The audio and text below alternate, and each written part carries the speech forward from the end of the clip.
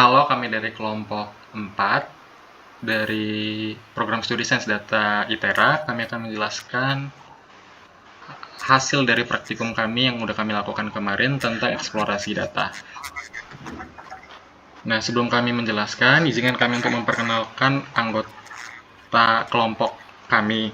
Yang pertama, ada Ukasya Muntaha dengan NIM 122450028.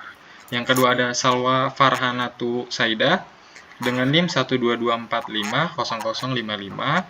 Yang ketiga ada Eli Dwi Putra Berema dengan NIM 122450064. Dan yang keempat ada Syalaisya Andina Putriyansyah dengan NIM 122450121.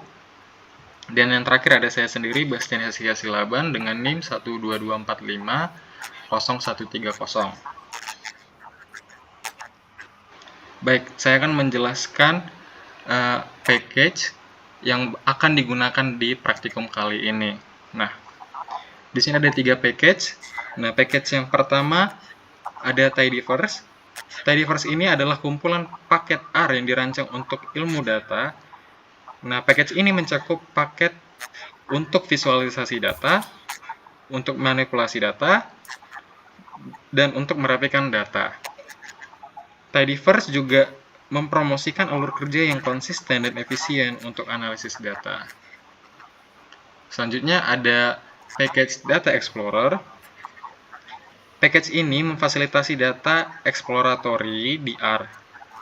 Package ini menyediakan fungsi untuk dengan cepat menghasilkan ringkasan visual dan statistik dari suatu dataset.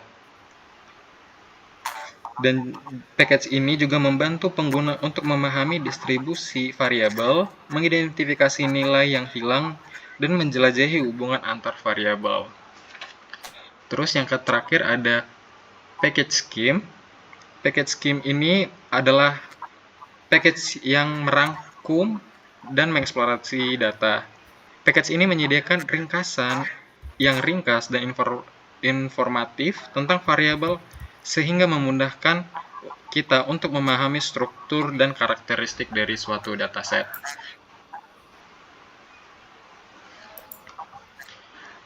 Lalu ada import data.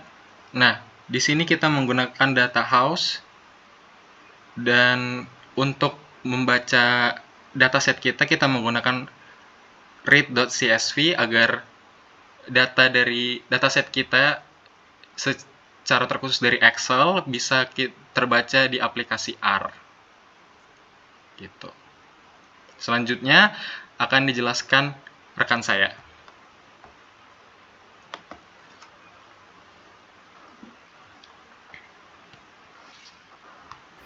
Oke, selanjutnya memeriksa gambaran umum data. Fungsi yang pertama kita gunakan itu plot intro. Plot intro digunakan untuk membuat gambaran umum data dari objek data house. Kode ini memvisualisasikan gambaran umum data dari data house dengan menggunakan label yang berukuran 2,5 menggunakan GEM label. Lalu ini berikut outputnya. Dan plot intro merupakan fungsi yang berasal dari PageCake Data Explorer dan argumen utamanya adalah objek berbentuk data frame. Argumen GEM label bisa diisi dengan opsi-opsi yang ada pada fungsi GEM label pada PageCake ggplot2. Oke, selanjutnya kita menggunakan fungsi scheme without chart yang digunakan merupakan bagian dari paket scheme. Ketika menjalankan kode tersebut pada dataset house, itu akan menghasilkan ringkasan statistik dari dataset tanpa menyertakan grafik.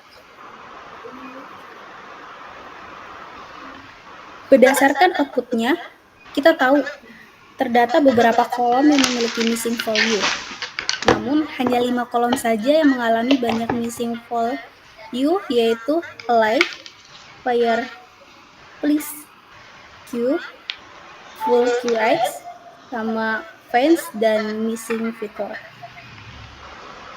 Selanjutnya akan dijelaskan oleh teman saya.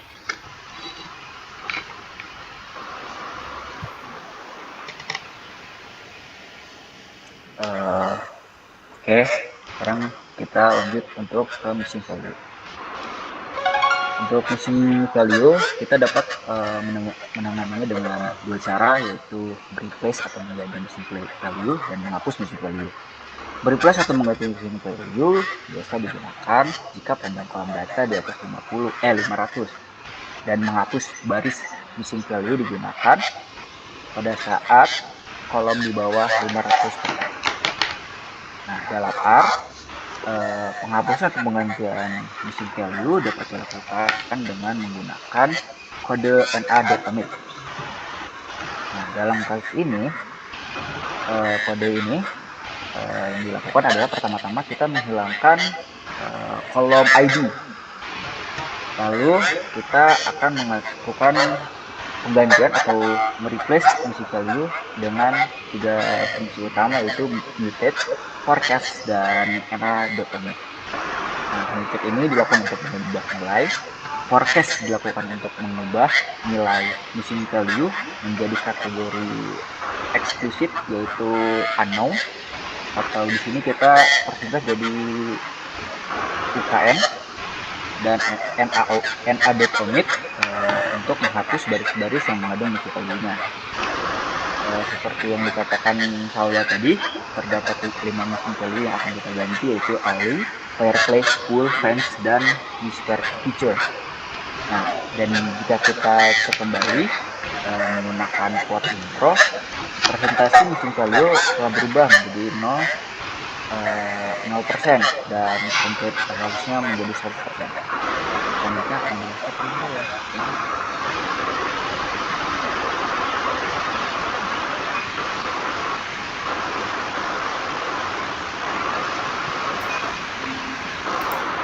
Baik, selanjutnya saya akan menjelaskan tentang memeriksa sebaran data. Memeriksa sebaran data yang pertama itu menggunakan plot histogram, di mana dataset yang digunakan adalah data host 1 dengan jumlah baris dan kolomnya 3. Histogram diberi warna steel blue. Berikut merupakan grafik dari sebaran data menggunakan histogram.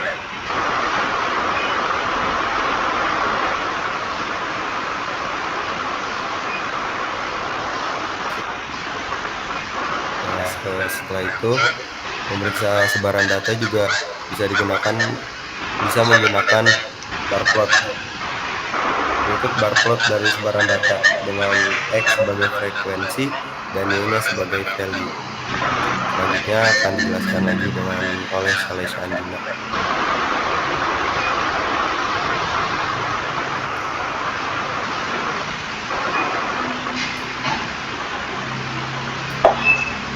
Selanjutnya ada memeriksa korelasi perubahan. Garis kode pada di layar digunakan untuk memeriksa hubungan variabel numerik dari data house 1 dengan variabel target atau responnya adalah price yang divisualisasikan dengan scatter plot, di mana plotnya itu akan diberikan data value dengan menggunakan GGM atau persen BW. BW itu adalah tema yang berlatar belakang putih dengan elemen dasar hitam.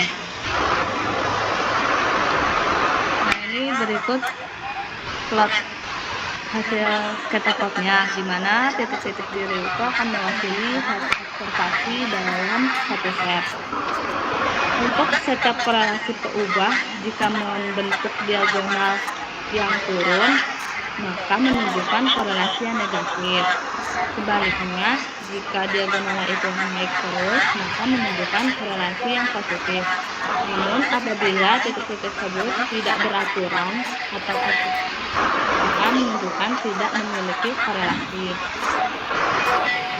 Selanjutnya, selanjutnya kode ini ada variabel format, yaitu variabel yang menyimpan nilai korelasi dari data numerik pada data house 1 dengan menggunakan metode Spearman. Selanjutnya, dari datanya itu, yang bagian atasnya itu diganti oleh nilai NA. Nah, nilai NA tersebut lalu variabel tersebut diubah menjadi data M, dan variabel kolomnya itu diubah menjadi variabel baris dengan menggunakan fungsi pivot layer. Lalu Fungsi naomik digunakan untuk menghapus nilai NA. Selanjutnya kode tersebut itu ada untuk memfilter baris-baris yang memiliki korelasi lebih dari 0,6. Yang berikut merupakan data-data yang korelasinya lebih dari 0,6. Selanjutnya ini ada kode untuk memfilter baris-baris kode yang nilai korelasinya kurang dari sama dengan 0,6. Ini yang kedua. Selanjutnya ada kode variabel kernel, yaitu dia itu adalah variabel yang menyimpan daftar-daftar kolom yang bertipe faktor. Nah, setelah pemilihan kolom tersebut, names itu digunakan untuk mengambil nama kolom dari dataset yang dipilih sebelumnya. Sehingga variabel cat_names itu akan berisi nama-nama kolom yang merupakan variabel kategorikal dari dataset data V1. Yang berikut variabelnya. Yang selanjutnya ada selanjutnya itu yaitu untuk membuat box plot, di mana itu menampilkan distribusi harga penjualan untuk setiap variabel kategorikal dari dataset V1 itu. Sekian penjelasan yang kami bisa jalankan. Sekian dan terima kasih. Assalamualaikum warahmatullahi wabarakatuh.